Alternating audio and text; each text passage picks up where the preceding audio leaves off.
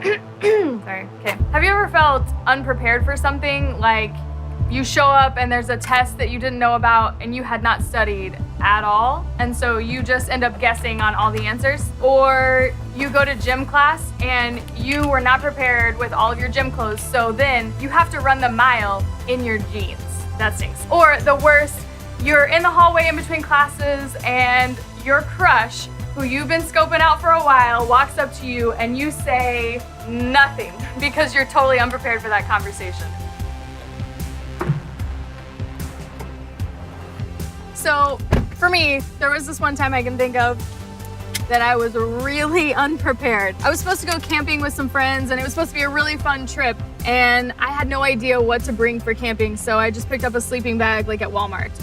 Well, turns out that was a terrible idea, because the sleeping bag I bought was meant for summer weather, and where I was going, it was winter. So essentially every night I almost froze to death, and it was a miracle that I didn't like lose a toe to frostbite or something, because it was brutal cold. And I just remember thinking, like, I've never been so unprepared in my life.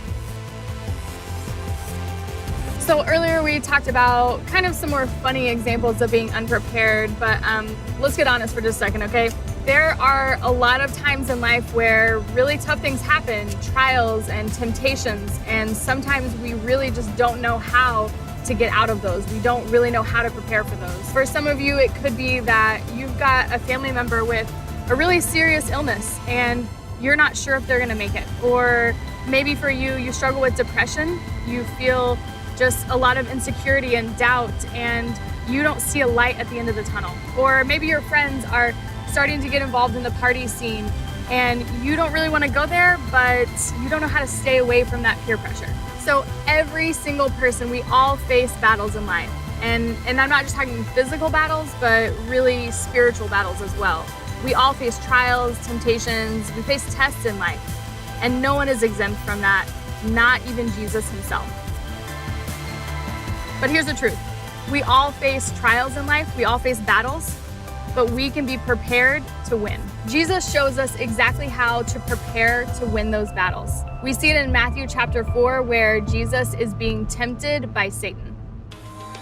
Like a fruit and maple, orange juice, small. But here's the good news. You see, Satan only has 3 tricks up his sleeve. He does the same 3 things over and over and over again, so we already know his playbook. Let me set this story up for you a little bit. Jesus was just baptized, and now he's heading out to the desert. He just wants to be alone, to clear his mind and just have some time to think about what's coming up for him. So let's pick up the story in Matthew chapter 4. In verse 1, it starts like this. It says, "Then Jesus was led by the Spirit into the wilderness to be tempted there by the devil. For 40 days and 40 nights, he fasted and he became very hungry."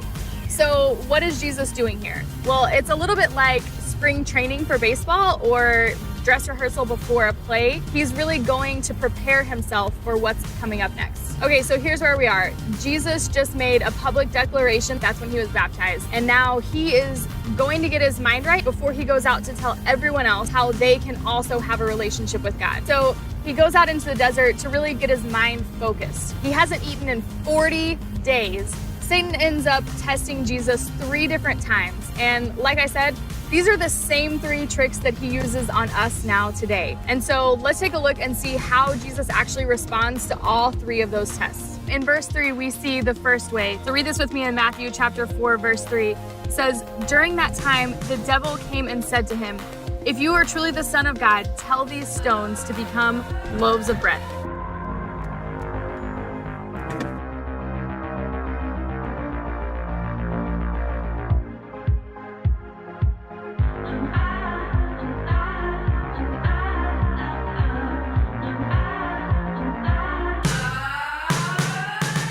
So what that verse is telling us is that Satan is trying to trip Jesus up using self-gratification. Basically, just do whatever feels good. And he did it really strategically. Did you see how he did it? He waited until Jesus was tired and hungry and out here in the desert all alone. He knew Jesus was vulnerable because, let's be real, we all know how we feel when we get #hangry, okay? It's rough. And so Satan knew exactly what he was doing. He was waiting for just the right moment. And that's exactly what Satan does with us as well. He waits until we're vulnerable. He waits until we have a fight with our parents, and then you start thinking about running away. Or maybe your boyfriend breaks up with you, and so you get back at him by bashing him on social media. Or somebody at school says something that hurts your feelings, and so you go home and decide to hurt yourself. You cut or you take pills. This is exactly how Satan works. He waits quietly and patiently until we're vulnerable, and then he attacks. So you see, that's exactly what he did with Jesus. He used his circumstances to get to him. He told him, turn those stones into bread after he'd been fasting for 40 days. Man, think about that. Take a second, turn to the person next to you, tell him whatever your favorite food is. They're really good. One more bite. Okay, I'm gonna get rid of it. For me, it's cookies. Man, I love cookies, but I would love them even more had I been out here in the desert for 40 days with no food. So let's see how Jesus responds. In verse 4, he said, "No," the scriptures say, "people do not live by bread alone, but they live by every word that comes from the mouth of God." So basically he's saying that nothing in this world is as good. Nothing, not even a cookie after 40 days of not eating, is as good as being close to God. Jesus battled Satan by quoting the scripture. So Jesus resists, but Satan keeps pushing him.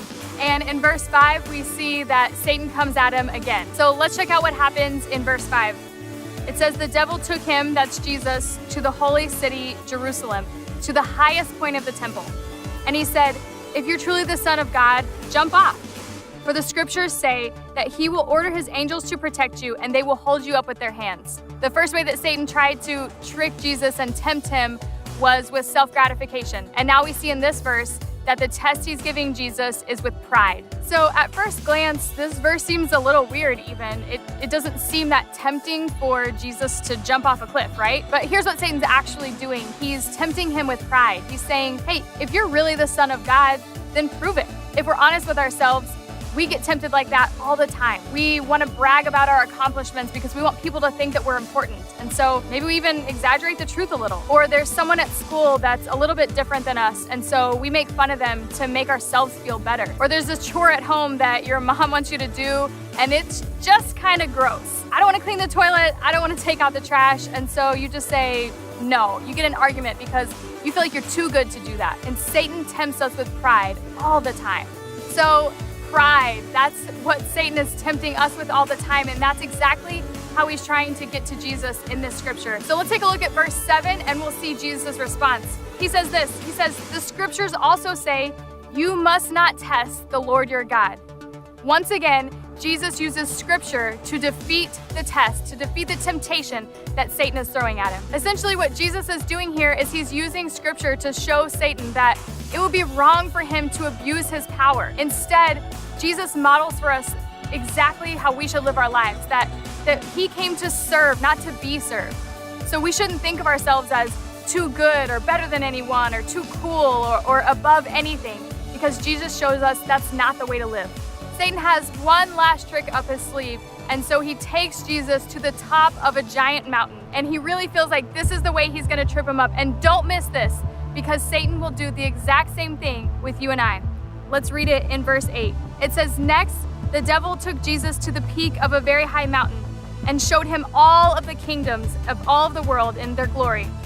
He said, 'I will give everything to you if you will kneel down and worship me.'" So first, Satan tried to appeal to Jesus. He tried to test him with self-gratification. Next, we saw Jesus get tempted with pride.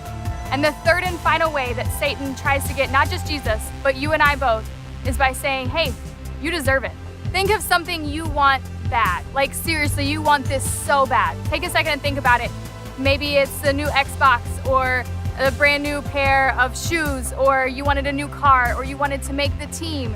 You wanted to make the grade, you wanted to get into that college, or you wanted to be liked by these certain people. What is it that you want so bad? Now take a second and think, what if someone told you that you could have that and everything else in the world if you just took 1 second to kneel down, just 1 second? This is exactly what Jesus faced here, because Satan said, all you have to do is kneel. And so Jesus realized that, and he was all alone in the desert. Who would even know if he knelt down even for just 1 second? And sometimes it's easy for us to feel like that too. I could just cheat on this one test. It doesn't really matter that much. Nobody's going to know. I can say something I'm not supposed to say. I can sneak out and go to this party. I can look at porn when I'm alone. I can do things and no one will know, so it's probably not a big deal. But that's not true. Jesus knew what was at stake. He knew that by kneeling down, he would completely go around everything that he was sent to earth to do. He was sent to earth here to live a life and then die a really painful death so that you and I could have a relationship with God. Even if he took just 1 second to kneel down in the desert alone, he knew that he'd be giving us up. He knew that we would no longer have a chance to have a relationship with God. And so Jesus knew what was at stake. So that's why when Satan threw this third temptation at him, when he tried to trick him into saying, hey, you deserve this is exactly what Jesus did. He battled it with scripture again. This is Jesus' response in verse 10. He says, get out of here, Satan. For the scriptures say, you must worship the Lord your God and serve only him. So again, Jesus won the battle. He won against tests and temptations and trials because he used scripture. He was prepared. He knew the scripture and he used it against Satan when Satan threw all sorts of circumstances at him. So again, Satan has 3 tricks and 3 tricks only.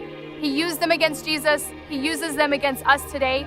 But we already know this, so we can be prepared. The 3 things he does over and over again. He tests us with self-gratification.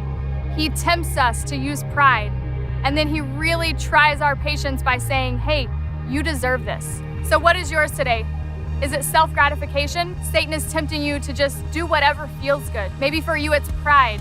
And Satan is really testing you because you want to be prideful and feel like you're too good to do something or too cool to be part of something. Or maybe for you today, the test is that really you feel like Satan is telling you, hey, you deserve this. You can do whatever you want and that's okay because you deserve it. Whatever the temptation is, whatever the trial is, we've learned from Jesus that we can battle it all and we can win the battle by turning to God, by being prepared with scripture. So remember, we fight a battle every single day, but we can win that battle, we can win that war when we're prepared with scripture. We all face battles in life, but with scripture, we can be prepared to win.